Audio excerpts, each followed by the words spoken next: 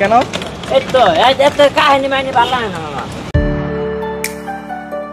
সম্মানিত ভিউয়ার্স, আসসালামু আলাইকুম। আজকে কয়েকদিন ধরে দেখতে পাচ্ছেন যোগাযোগ মাধ্যমে যে বিভিন্ন জায়গায় ঢাকা শহরে ট্র্যাপার লাগানো হয়েছে। আর এই ট্র্যাপার লাগানোর ফলে কিন্তু রিক্সা, ব্যাটারি চালিত রিক্সা মেইন সড়কে যেন উঠতে না পারে, এজন্য কিন্তু গলির সম্মুখ প্রান্তগুলোতে এই ট্র্যাপার লাগানো হয়েছে।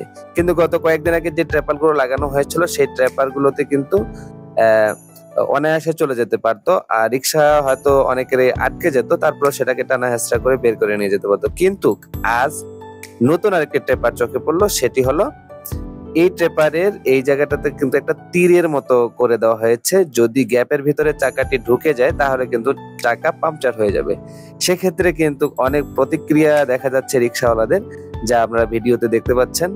আসলে এই অটো রিক্সাগুলো কিন্তু ব্যাটারি চালিত রিক্সাগুলো খুবই যেটা ডেঞ্জারাস, যারা এত পরিমাণ স্পিড নিয়ে চলাচল করে রাস্তার মধ্যে, যে মেইন সড়কগুলোতে উঠে তারা পাল্লা দিয়ে রিক্সা চালায়, যানজট ক্রমাগত বেড়েই চলতেছে। আসলে এই অটো রিক্সাগুলো মেইন সড়কে চলাচলের জন্য যেভাবে হোক এটা বাধা প্রদান করতে হবে, অন্যথায় কিন্তু ঢাকা শহরে চলার অনুপযোগী হয়ে যাচ্ছে দিন দিন। অটো রিক্সা অর্থাৎ ব্যাটারি চালিত রিক্সাগুলো একেবারে মেইন সড়কগুলোতে তারা দ্বিধার চেয়ে চড়ে বেড়াচ্ছে।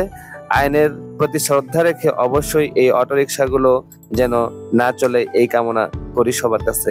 ধন্যবাদ সবাইকে। আসসালামু আলাইকুম।